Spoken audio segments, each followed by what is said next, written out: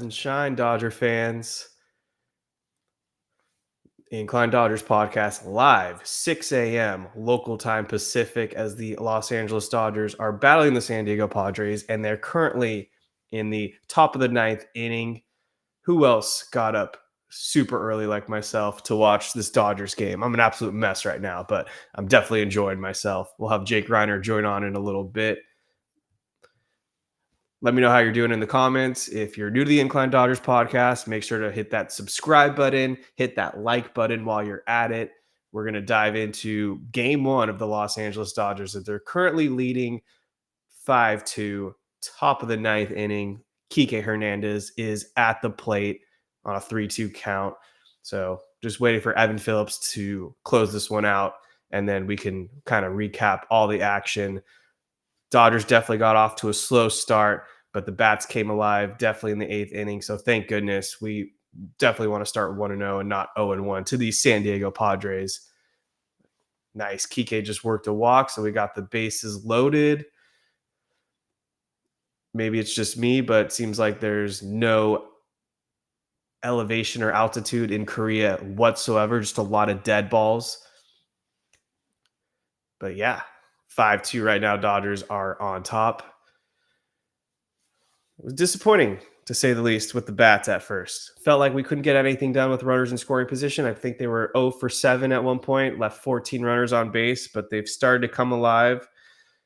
Thank goodness. Got Gavin Lux now at the dish, who's 0 for 4, but he's got a run scored and broke Jake Cronenworth's glove. So he's got that resume under his belt, and he didn't have any errors so far today. So he's looked good at second base. Thank goodness. And how about Mookie Betts? He's looked pretty flawless at the shortstop position early on in this 2024 campaign. Well, obviously, we still have 161 more games to go, but the fact that the Dodgers didn't really have any errors on defense today, good sign coming. Tyler Glasnow early on should have let that one grounder go to Muncy, kind of allowed a run to score at that point when the bases were loaded and nobody out. But, I mean, how about Tyler Glasnow today? Didn't even have really good command of his stuff, and yet still only allowed 2 runs, went 5 innings. Would have been good enough for a win if the Dodgers had provided enough run support. But I was impressed with Glasnow. Didn't really have command of the curveball, but the slider looked filthy.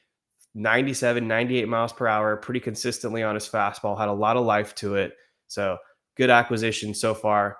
Really impressed with Tyler Glasnow. And this Dodgers bullpen up to this point has just been flawless. People had concerns about Ryan Brazier, looked a little off this spring. Looked like vintage Ryan Brazier coming out of the prior lab in the second half for the Dodgers in the 2023 season. Daniel Hudson, who's had to fight his way back on to make the Major League squad, he looked great. Joe Kelly, he looked awesome. So the final test is to see what Evan Phillips looks like. Unless Gavin Lux breaks out right now and makes this more than a 3-run lead, we'll see Evan Phillips in a save situation. So that's going to be cool. But yeah, if anyone's following along right now on YouTube, feel free to drop some comments. If you're following along on X, give us a follow there. But yeah, this is Kevin Klein speaking. Been up since 3 a.m. Just watching the Dodgers. Oh, yeah. Oh. And he flew out. Okay, so Evan Phillips for the save it is.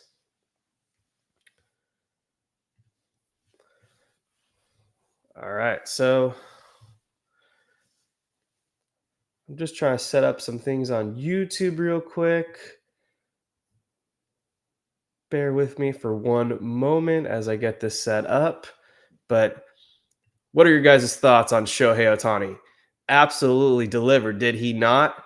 Shohei Ohtani reached base numerous times, drove in a run, had a base hit as well, stole a base. Shohei Ohtani looks lightning fast out there. We had Jose Mota come on the podcast last week, and he told us that Shohei Ohtani, with his speed, he could easily steal 50 bases in a season if he wanted to. And based off everything I've seen, I absolutely buy into that 100%. Shohei might be the fastest Dodger on the team, which is insane because he's also probably our best power hitter. And when he's healthy with the elbow, he's a great pitcher. So outside of not being able to play the field because he's devoted to being a pitcher and a designated hitter, Shohei Ohtani on a normal playing field would be a 5-tool player without a doubt.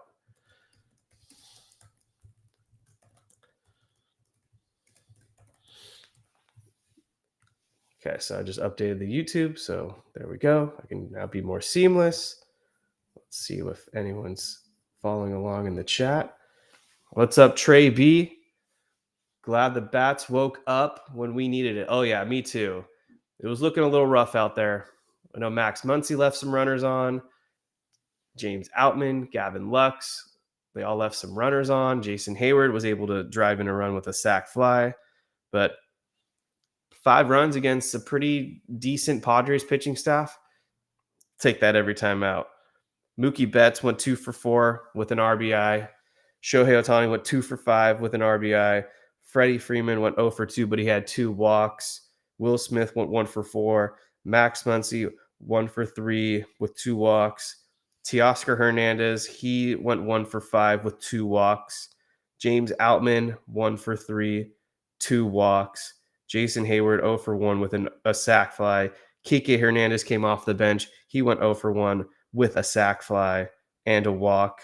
And Gavin Lux went 0 for 5 with a run, but he also induced some contact to have that one ball break through Jake Cronenworth's glove, and that gave the Dodgers the lead.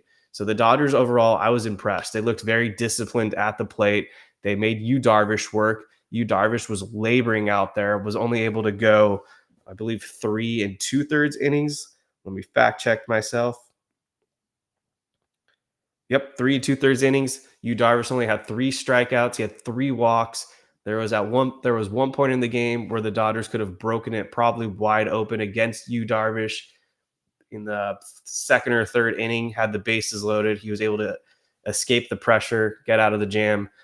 Then the Dodgers kind of were lifeless for the next few innings or so, and then they finally broke it open in the 8th inning. So good to see the Dodgers bats come alive. Pitching looked excellent today. We talked about Tyler Glasnow. He went 5 innings, only allowed 2 runs, issued 4 free passes. He had 4 walks, I believe. Let me check myself. Yeah, Tyler Glasnow had 4 walks, 3 strikeouts, only allowed 2 hits. So Tyler Glasnow didn't have command of all his pitches, but still looked relatively good overall. A very impressive Dodgers debut for Tyler Glasnow. I mean, if you only give up 2 runs in 5 innings, you're going to take that every single time out. No single doubt about it. So good for Tyler Glasnow. Really impressed with what he has to offer. Love that fastball velocity. Was able to induce some really nasty swings and misses. Had a few pickle situations where he got into some trouble and he induced some ground ball double plays. So Tyler Glasnow showed he could pitch under pressure, and that's all you can really ask. Evan Phillips, so far, he's looked pretty nasty. What's up, Roy Estrada? Good morning to you as well. Go Dodgers. We're just 2 outs away from starting the season off 1-0, undefeated in the 2024 campaign. Little low there.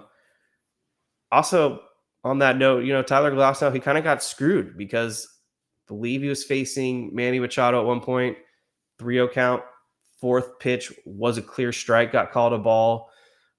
Faced another Padre, should have been a strike 3, got called a ball. So umpire certainly wasn't on his A game to start the game, to say the least, but he seems to have settled in so far in the second half of this ball game. But yeah, there were a few calls that just didn't go the Dodgers' way. I mean, to start the game off, when Mookie Betts reached base, he clearly stole a base, and the umpire called it back because I guess he interfered with the play. But Mookie had that base stolen all day and all night. I mean, he could have flown to Korea, or he could have flown from Korea back to Los Angeles, and that catcher still wouldn't have thrown him out. That's how far ahead Mookie Betts was. But whatever. You're going to have calls of sometimes just not go your way, but the Dodgers managed to fight back. Let's see. We're down to the final out. Let's see. We got some comments going. I love to see the chat alive. One critique, I said it last season and this season, Muncy needs to bat 7 through 9. He's not good with runners in scoring position. Might be a little bit of a hot take. I don't know if I would bat Max Muncy down that low in the batting order. I do feel like fifth is a fair spot for him, at least this early on in the season. But yeah, if he can't deliver with runners in scoring position, then we definitely will have to have that conversation later on in the year about Max Muncy. But that's the ball game. Evan Phillips, clean 1-2-3. Dodgers are officially 1-0 in the Shohei Ohtani era. The top of the three came through. Love to see it. So cameras are all on Shohei Ohtani right now, which they should be because he's now the face of the Dodgers. I want to hear your guys' reaction. What do you guys think? Are you happy with this win? Was there anything that you think they should have improved upon? Let me know. Just letting a few more people know that the podcast is live.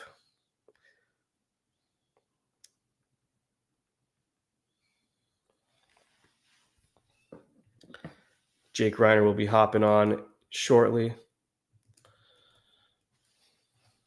So we'll get your guys' thoughts on the Dodgers' first win of the season, live in Korea, 1-0, 5-2 victory. Los Angeles Dodgers are on top of the world. Okay, so I'm dialed in. Let's do this. Once again, if you don't know who this is, I'm Kevin Klein speaking, and you are listening to the Incline Dodgers podcast. We are presented by TickPick and Fansided. If you are new to the YouTube live stream, we'll hit that like button, hit that subscribe button. I'm a little crazy, folks, because I woke up at 2:30 a.m. I got like 5 hours of sleep. I got to go back to sleep eventually. Got to start my full day at work. And here we go. Steve A, 1-0, baby. Absolutely. Nando 390, fourth place Padres. Yeah, Padres are in last place officially. So Dodgers on top, Padres at the bottom. That's the way it should be. Roy Estrada saying that ESPN tried to be fair and showed the 10 Padres fans, but Dodgers rule the world. It definitely looked like this was a Dodgers home game, even though that the Dodgers were ruled as the road team today. I didn't even listen to the ESPN broadcast. I'm honestly done with that trash. Like, I like Carl Ravage as an in-studio host. I think he does a really good job. I used to watch him on Baseball Tonight and all that for years and thought Carl was awesome. But as a play-by-play guy, he just really ain't it. And Eduardo Perez, another guy who's an excellent baseball in-game analyst when it comes to being in the studio. But in terms of play-by-play, Eduardo just really ain't it either. ESPN is good at basketball. They're pretty good at football now. But baseball, they really need to turn their coverage around because it's rough out there with the current broadcast teams that they throw out there. I don't know why there aren't better national broadcast booths outside of Joe Davis and Fox. I think TBS is trash. I'm honestly not really impressed with anyone on Fox other than Joe Davis. Apple was a disaster a couple years ago outside of Steven Nelson. Peacock, I guess, does things now, but like, who's watching games on Peacock? Am I missing anyone else? Probably, but whatever. Cool. So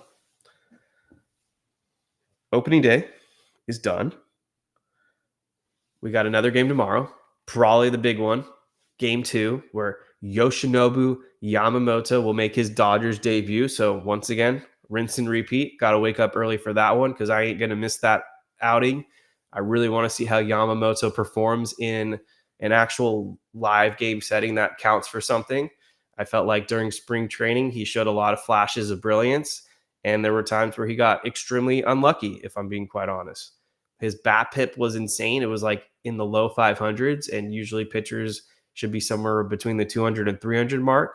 So what that tells me is that Yamamoto really just got unlucky with a lot of soft contact, and there was a lot of balls in play that should have been outs, and it just did not go his way.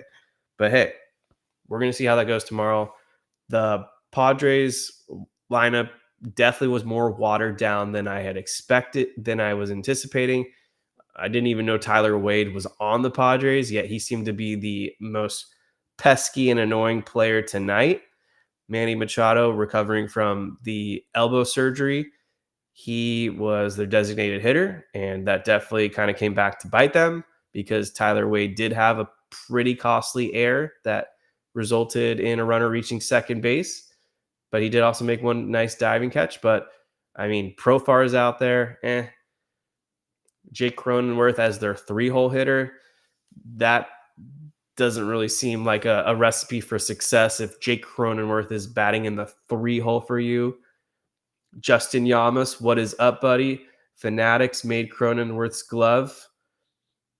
Just the way things are going for Fanatics, that would not shock me in the very least, because that was a very poor quality glove. I've never seen anything like that before, where it wasn't even hit that hard and it just somehow tore through Cronenworth's glove. But hey, if it goes in the Dodgers' favor, I'm all about that. So no complaints from me. Dodgers won today 5-2. Evan Phillips got his first save.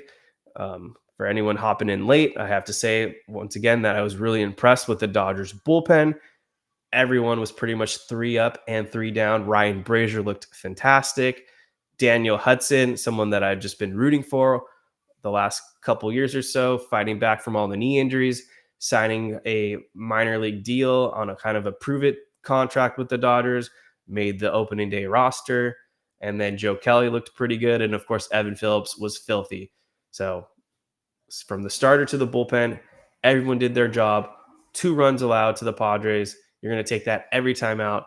Dodgers ended up finishing this game with 5 runs, 7 hits.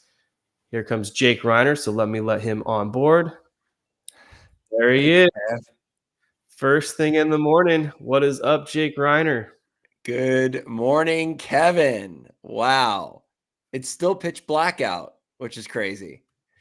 That daylight savings really screwing with us. But I mean, it was all worth it. I mean, for the first 7 innings, it wasn't worth it. And I was getting really upset that we were going to have a loss, and, getting 3 hours of sleep was going to be all for naught. But the Dodgers offense woke up, like you mentioned, in our text exchange, kind of like always. Sometimes they start out of the gate pretty hot, but if the offense is cold through the, first few innings, it continues that way until the late innings, and then they come alive. Really, really excellent work there from the offense. Even though they didn't really hit the ball hard, they put the ball where the fielders weren't and scored some runs and took the lead. But I think what was huge was Tyler Glasnow. Yeah. I forget which inning it was. It was either the 4th or the 5th where he loaded the bases with nobody out. Yep. And that was the moment. That was the turning point right there. To be able to get that double play and only give up 1 run in that instance was huge, because that was the only Padres rally the entire game. So to me, that was pretty much it right there. And then the pitching the rest of the way was elite. This bullpen, as we've previewed, throughout spring training, just on full display, just nails, absolute nails. Great to see Daniel Hudson back on the mound after coming back from, knee problems, and he's had a couple of Tommy John surgeries in his life. So having him back on the mound at age 37, getting outs is great. Joe Kelly back on the mound. Brazier looked great. Evan Phillips looked great. What an opening day. This is incredible. Yeah, I was briefly touching upon it while the game was near the end and right before you hopped on, that Tyler Glasnow didn't even have his best stuff today, and he still looked really strong and composed overall. 4 walks. One of them was kind of hosed against him. So because the umpire called a clear strike 3 and I think called it a ball, but he didn't even have command of his curveball today, I guess. No, everything else, everything else was really working for him. And like that inning you just mentioned, even when he got into trouble, he still looked very composed out there and was able to induce some soft contact and induce some ground ball double plays. But Yeah, you mentioned the offense a second ago, so I actually wanted to talk about that right now. Yeah. And even though they didn't hit any home runs, even though they only went 2 for 14 with runners in scoring position, they still looked really good today. They put up 5 runs even when they weren't at their best. And you want to know how many walks they had today? I just looked it up. They had 9 walks. Yeah. They worked the count. They got on base. This is what the Dodgers do. And they had a plan up there. I mean, they didn't really get like the quote unquote big hit or like big 3-run homer. I thought the ball that Kike hit with the bases loaded that ended up being a sac fly. I looked it up. It was only like, 98 miles an hour off the bat, but Yeah. on TV, it looked like he demolished it. So I was noticing that throughout the game, like every fly ball, every ball that was hard hit that was in the air just died out there. I don't know if it Yeah. was if the ball is dead again or it had something to do with the dome that they were playing in. I have no idea, but it felt like every ball that was hit was just an out, a fly ball out. So when our pitchers are on the mound and the Padres looked like they got a hold of one or looked like they hit it hard, I was not worried because I knew that the ball was just going to die out there. But the Dodgers did a great job of kind of like picking their spots. I mean, the Gavin Lux, ground ball through Cronenworth's glove. I mean, that was, Mhm. kind of the baseball gods were smiling down on us for that play. Kind of a bizarre play. The Yeah. ball wasn't even hit hard at all, and it just broke his glove.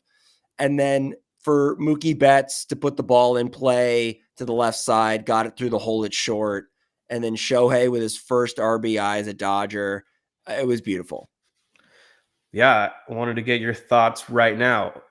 Game 1 of what will hopefully be 1,000 something of Shohei Ohtani with the Dodgers in the books. Shohei Ohtani officially played his first game with the Dodgers. What were your overall impressions with Shohei Ohtani this Oh, I morning? mean, just obviously we're just scratching the surface of what it's going to be like with him in the lineup every single day. But I mean, he got that great hit off Yu Darvish. It was a Mhm. kind of top of the zone fastball that he just crushed into right field.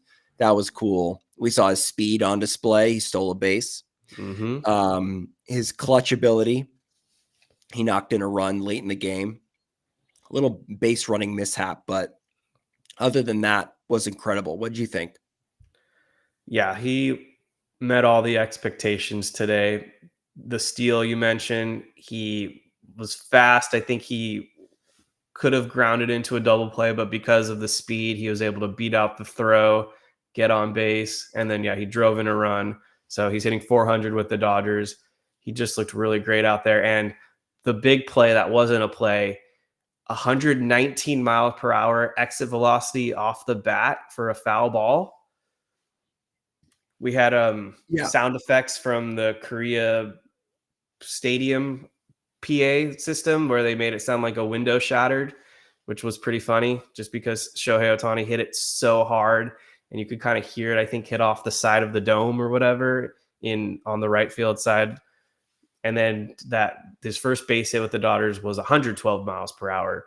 So that kind of just goes to show you he's hitting the ball this hard and he's not even in mid-season form yet. So we just kind of have to wait.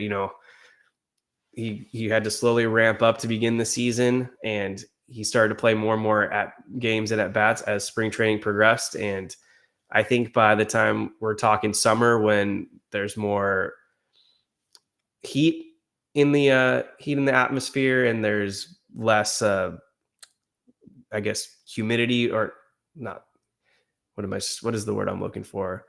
When there's less like something that the marine coast layer, when there's less like layer, I guess, that keeps the ball down because it's colder outside, the The ball's gonna marine be layer? flying. Yeah. Yeah. I mean, I know he's in Korea right now, but like when it actually gets warmer outside and when he's not in indoor situations like this, if he's hitting the ball that hard, they're gonna go flying over the wall. Yeah, and that ball, I mean, if he straightened it out, it would have been an easy home run. I mean, that ball was absolutely murdered. Um, what do you think of the defense? Mookie Betts at shortstop, Gavin Lux at second. Looked pretty solid in game one. Defense was clean.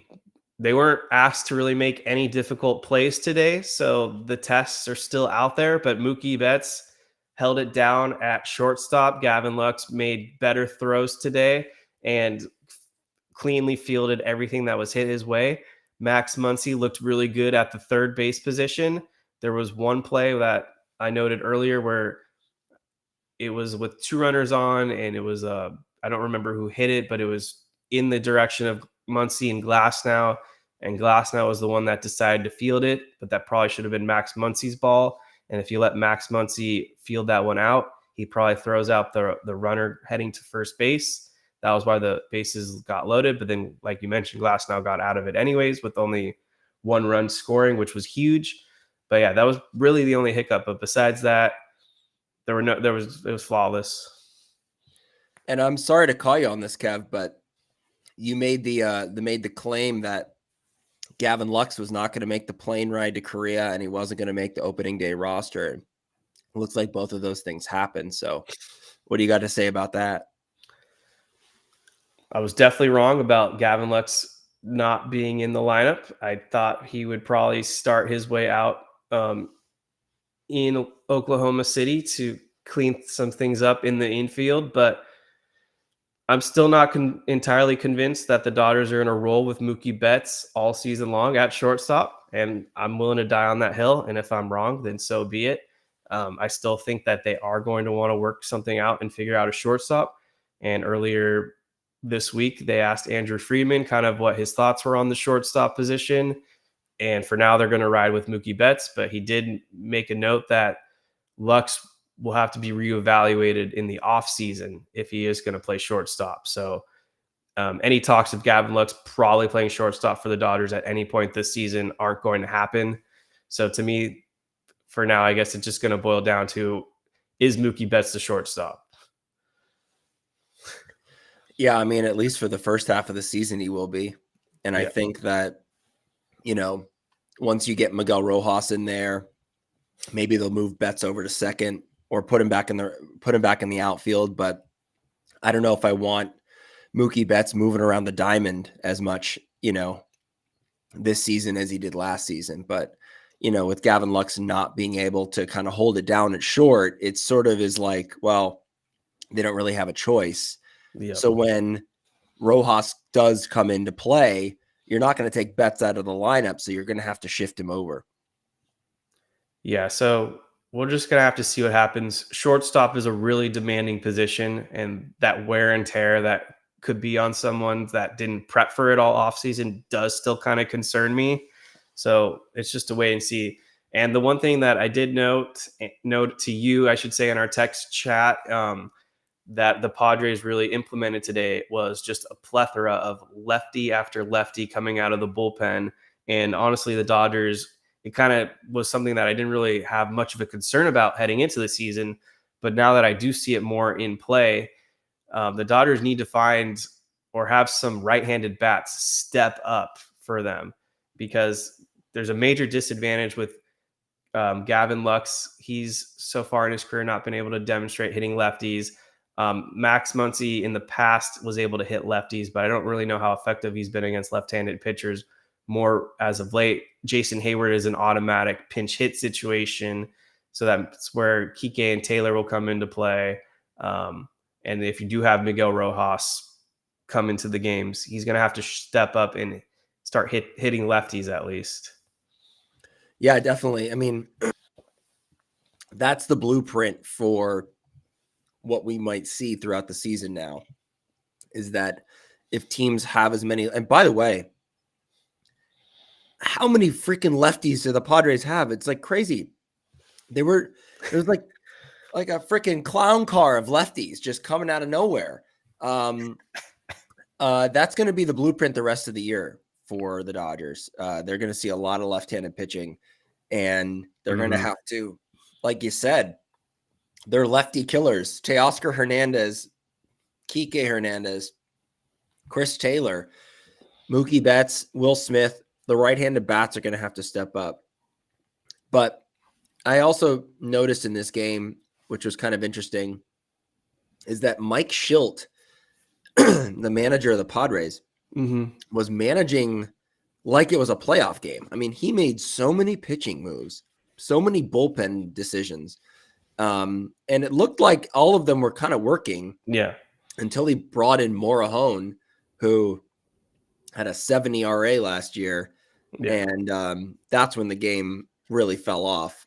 And I was surprised because he had Robert Suarez warming up, but I assume Suarez is their closer, right? Yeah, he's their closer. I think they're very high on Morahone. I think that 70 ERA is something you have to like throw out the window because it was a small sample size and he was coming off Tommy John, I think. But I didn't follow the Padres that closely this spring to know if like Morahone is who they really wanted to bring in as their eighth inning guy. I felt like Peralta, who they signed from the Yankees, I think he's kind of like one of their high leverage guys. And Matsui too. That guy's really good. I was about to get into him too. So first of all, I didn't even know he was a lefty. So like you said, just tons of lefties, and it's all a blur for me because of just the time right now. I can't remember who Matsui faced, but I felt like they brought him into the game too early as well. They did. Did he face the heart of the order? That's what I'm saying. I don't remember. It's such a blur I can't for me. remember either. But yeah, I felt like they should have used those guys later and maybe used Morahone maybe earlier on, but yeah, whatever. I mean, the Padres offense just didn't do anything. And I think that's going to be an issue for them this year. Yeah, especially when you have Jake Cronenworth batting third. Right. You got Cronenworth batting third. You got Tyler Wade in the lineup. I don't know what they're doing, but it's going to be tough for them to score runs. I mean, if Machado and Bogarts are not producing and Ha-Seong Kim is not producing, then what do they have really? I mean, they desperately need another bat if they can find it. JD Martinez is still out there. I mean, they should go out and get someone like that. Yeah, I don't know how JD Martinez isn't even on their radar if Manny Machado is their DH.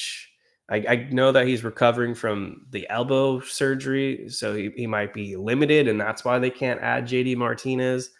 But I mean, even so, you could just throw JD in left field in the meantime because he's a huge upgrade over Profar.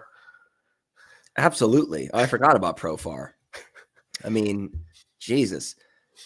I did I did tweet out something during the game, which I've been on my entire life, it seems, but the Austin Barnes bunting with less than 2 outs to move the runners over.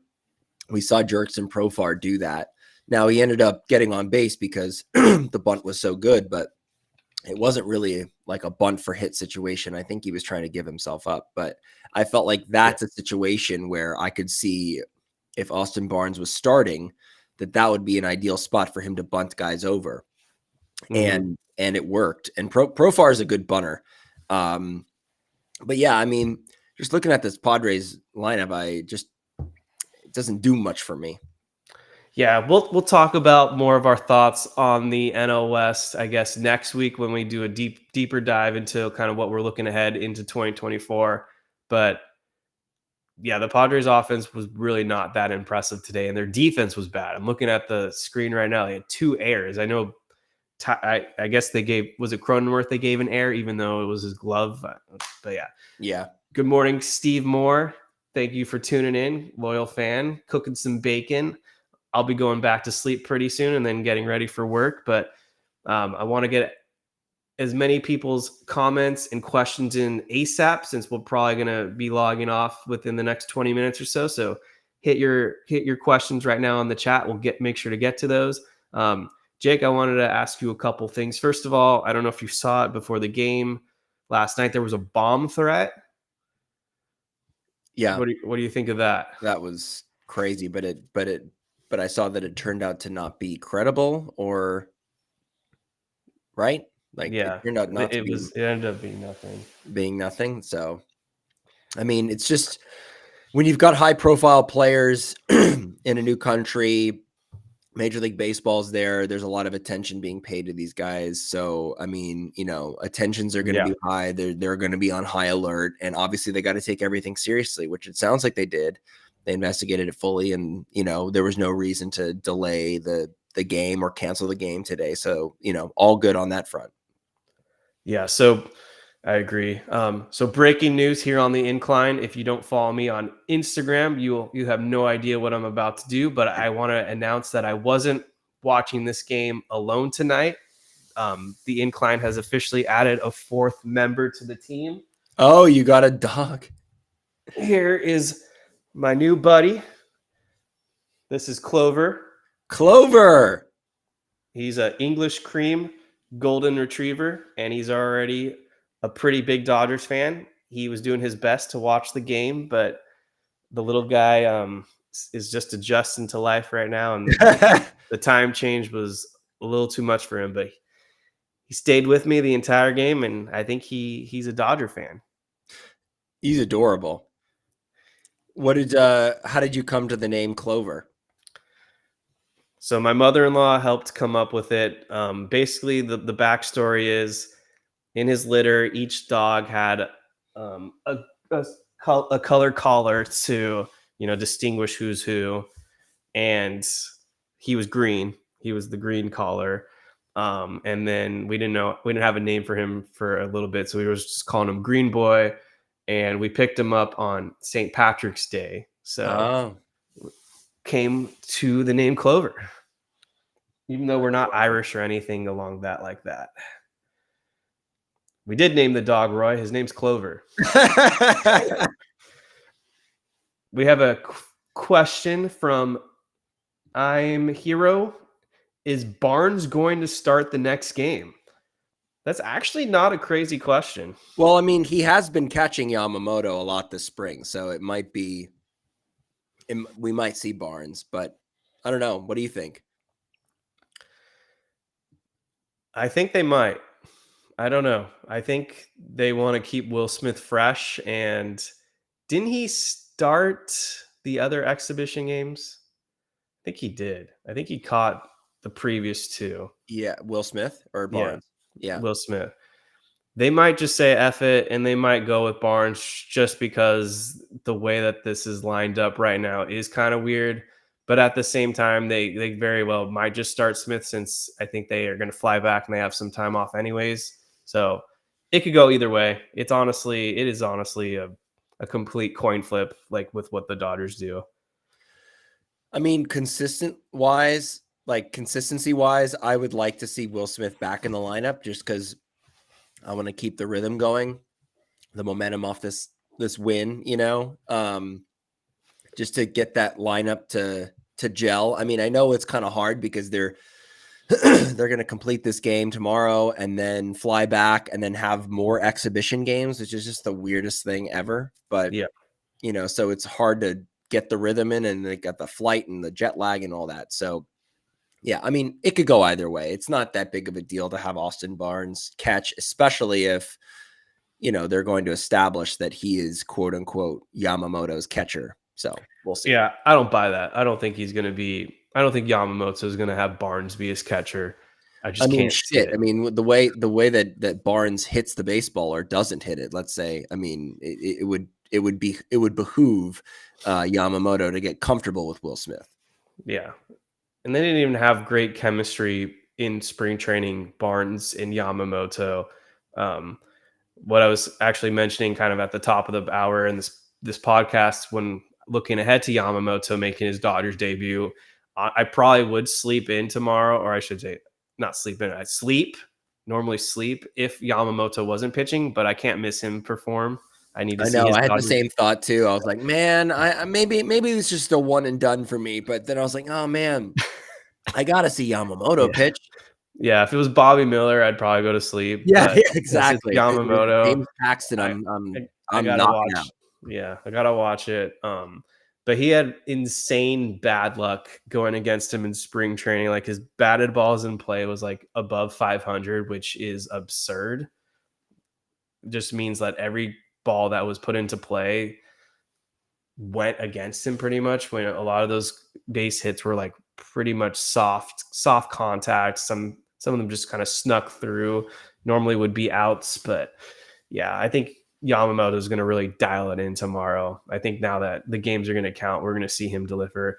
Kind of expecting the same thing with what they did with Glasnow tonight. Probably limit him to no more than 80 pitches. That seems to be the trend. I was actually surprised and didn't even think that Darvish would get hooked that early, but kind of in hindsight, it makes a lot of sense to me just because the pitch count was getting up there. Yeah. They took him out at 72 pitches, but I mean, it's a long season, the way that these injuries just stockpile against pitchers, and he had to ramp up probably earlier than he's accustomed to. It made sense for both these guys to kind of have a shorter leash. We also could never really hit him. Like we really like stack the deck against him. We get him on the ropes, but we can never knock him out. We never are able to like really break through against him. And he's a great pitcher. I mean, he has just dominant, filthy stuff. And our hitters just cannot do anything with it. And the only reason we were able to get anything going against them is because, like you mentioned, we had so many walks, but we weren't able to cash in because we couldn't hit. I mean, Max Muncy struck out with the bases loaded. I mean, he struck out twice. The second time wasn't against Darvish, I don't believe, but the first time was against Darvish with the bases loaded. We just couldn't get a hit. So Darvish looked pretty good, even though he didn't pitch that long in that game. Kevin, what did you think about the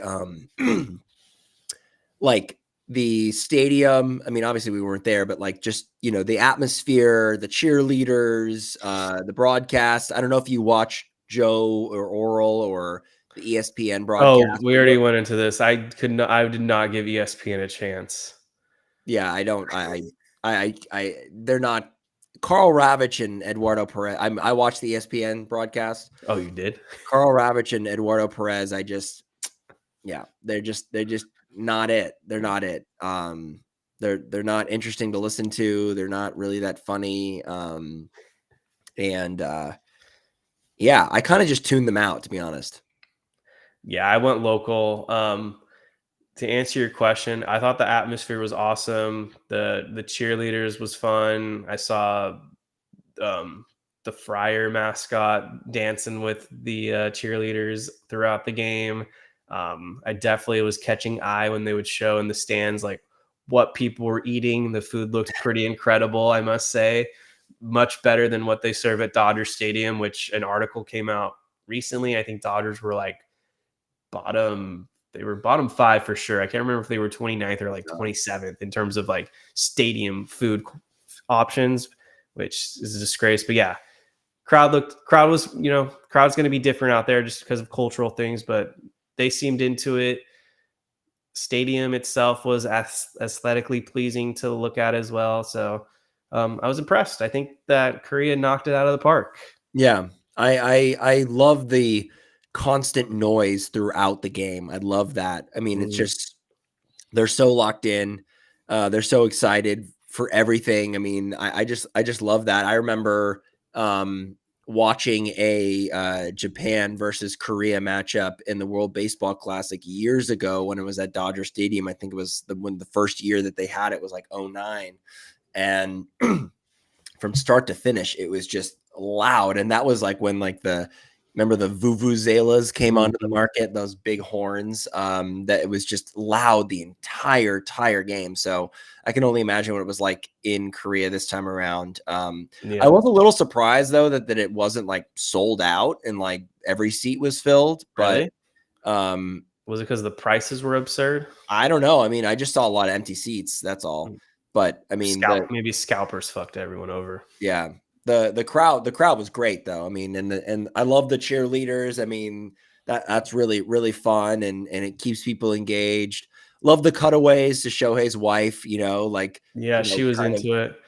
Living and dying with every at bat and being excited when he got a hit. And that was really cool to see those cutaways.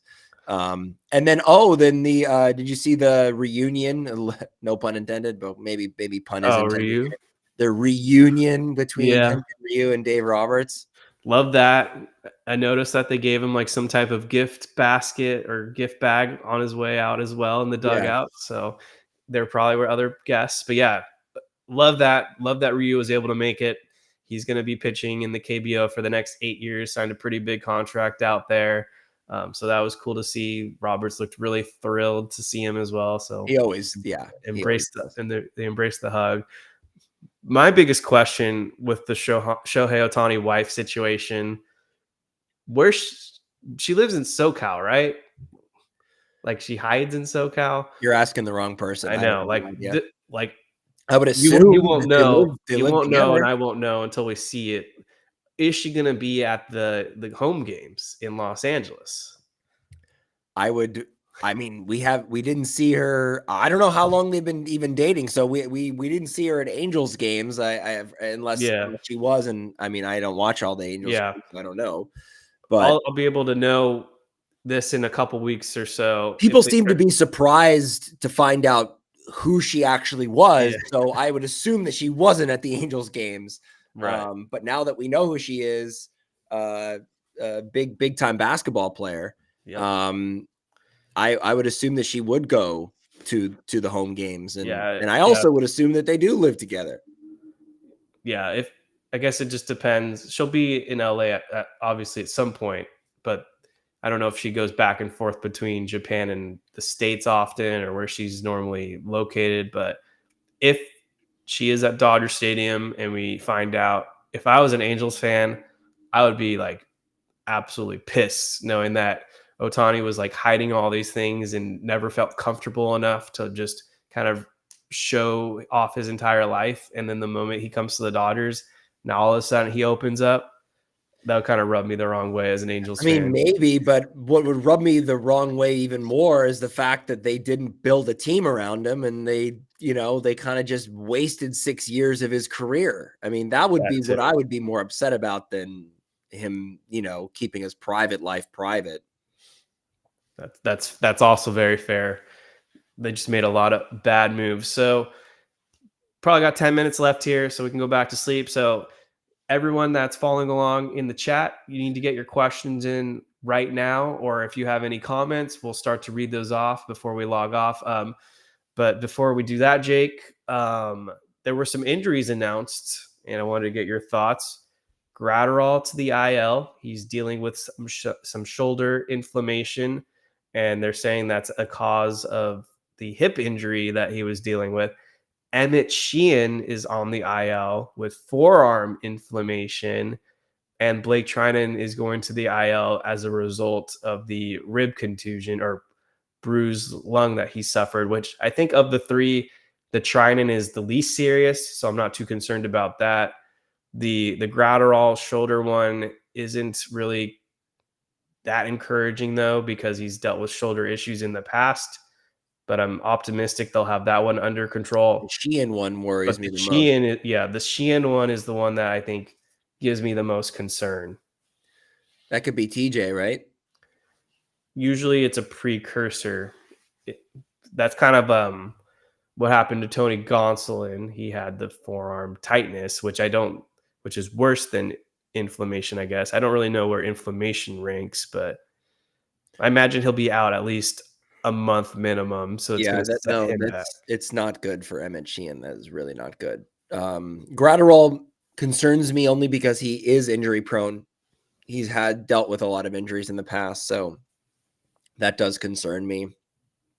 Blake Trinan concerns me the least, like you mentioned. I think that they're just being cautious with him, Mhm. which is fine because as we saw tonight, there's a bridge to Phillips. I mean, there really is. Even without Gratterall and Trinan, you can get to Phillips, and they figured it out. I mean, if Joe Kelly can be as effective as we know Joe Kelly can be, Yeah. then the bridge is fine because you got Brazier and Hudson, and you got Phillips, and Joe Kelly. So I think that they can weather the storm and allow Gratterall to have a full recovery, comeback, hopefully. Yeah. Same with Blake Trinan. But in terms of Emmett Sheehan, I don't know. I mean, I hope for the best, but whenever you hear like forearm inflammation or elbow inflammation or anything like that, it's usually not good. Not good. Dred Scott got him saying Lux throwing a couple strikes to Freddie. Yes, he did. That was encouraging. Big double play that they turned in that inning that I mentioned earlier with Glasnow. Lux was involved in that, so that was huge. We've got Justin Yamas saying, I can't wait to see them face checkbook baseball on opening day. I'm guessing that's a shade at Miles Mikolas for his comments. Yeah, because Michaelis, they said he's going to be the opening day starter for the Cardinals. Yes. It just goes to show you that, as everyone's been pointing out, like Mookie Betts was right. Like the Dodgers are going to get everyone's best. And similarly, I know you and I have followed the Lakers all season long. It's like every time anyone faces the Lakers, not only do the stars that have been injured suddenly get healthy again, but the role players become Reggie Miller behind the 3-point line. I mean, that's what happens when, the Dodgers go out and make all those moves, is that the target is on their back. But, you could argue that the target's been on their back for years now, even and the target's been there, but maybe the target's even, has grown in size, because of the additions of Yamamoto, Shohei, and Glasnow, and so on and so forth. So the entire NL West has responded outside of the Rockies to the Dodgers. Yeah, Giants, it's just Giants added Blake Snell, traded for Robbie Ray, two big lefties when they're on their game. Mentioned how the Padres signed a bunch of left-handed relievers, and then Arizona, they signed Erod, who's already injured, and they've added Jock Peterson, probably just to spite the Dodgers. So, kind of to your point. Yeah, and the thing about Michaelis's comments that are just kind of weird is that, because he pointed out that the Cardinals aren't a small budget team, but that they have these sort of Midwestern farmers that are going to come together, and they're gritty and whatever. And it's like, look, franchises across Major League Baseball could spend a ton of money if they really wanted to. And we know this because we've seen the Mets spend a shit ton of money badly, but they've spent money. And the Angels, another example, they've spent money, but very badly. So all these owners have the ability to spend money. The problem is that they don't know what to do with the money. And the Dodgers are like a well-oiled machine and are just better at maximizing the talent that they acquire, and the drafts and the draft picks that they have, the development that they have. So to me, the whole thing about how it's checkbook baseball, it's like, St. Louis, you could play checkbook baseball too if you wanted to. They do. It's just a dumb argument. They already do. They're like top 10 in payroll. They're not even that far behind the Dodgers. And these comments are coming from a guy who's making anywhere between $16 to $20 million a year on average based off his contract structure. And he's putting up a 5 ERA. They paid Wilson Contreras, I think, some of the top money in baseball for a catcher. They've got Goldschmidt, who's paid very hefty. He's a Hall of Fame first baseman. Arenado at third, Hall of Fame third baseman. And they also get Sonny Gray. They just paid Sonny Gray.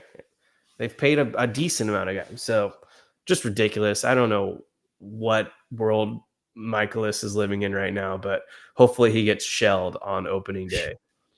I would love that. This is a guy that went from proclaiming himself as the Lizard King because he ate a lizard in Korea, I think, to now he's just wants to be Farmer Boy.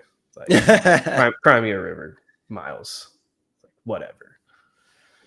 All right. Well, we're almost out of time, Jake. What are your final thoughts? What are you looking forward to tomorrow? Well, we're going to wrap this up.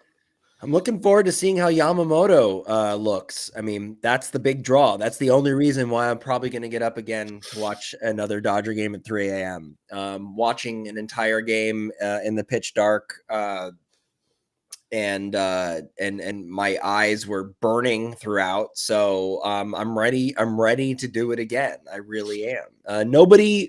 None of my friends that are not as diehard Dodgers fans or not Dodgers fans at all, don't understand why we would wake up this early. Even our third co-host has just does not understand why we would do this. So we do it for the love of the game. I mean, this is a once in a lifetime kind of thing to watch our team play in Korea, on a big stage like that, and to watch these players that we have been, hyping up all off season. We're getting to see them in real action when the games start to count. So I'm looking forward to Yamamoto and seeing how he can carve up this Padres lineup, which I wasn't impressed with. Padres did look pretty flat today. The Dodgers pitching looked very on. But yeah, I agree with you. I'm also very much looking forward to watching Yamamoto make his Dodgers debut. This is going to be monumental for the 25-year-old who just signed that huge contract with the Dodgers. And I want to see us do better with runners in scoring position. Like I mentioned a half hour ago or so, they went 2 for 14 tonight. They had a lot of opportunities. They could have punched Darvish out. They had some of the relievers on the ropes as well, and finally broke through in the 8th inning. So let's see Max Muncy do better with guys on base. Teoscar, I think Teoscar is going to break out. I feel like he's going to hit the first home run in Korea. That would be sick. He got a hit tonight, so that's good. So that's my prediction. Teoscar Hernandez goes yard, game 2. Hell yeah. Yeah. All right. Well, I think that's a good place to end the show. Thank you guys for watching another episode of the Incline Dodgers podcast. We'll be back probably next week when we do our official preview, dive into the Dodgers, kind of what we're looking forward to in 2024, and talk about the rest of Major League Baseball. Anything else, Jake? Nope. I'm going back to bed. All right. We're going back to bed. Thank you, everyone. Anyone that stayed up to watch that game from first pitch through the end, you are a loyal Dodger fan, so you can pat yourself on the back. Good morning, everyone. Or if you're listening later on, good night. And make sure you're subscribing to the Incline Dodgers podcast, whether it's on the audio feed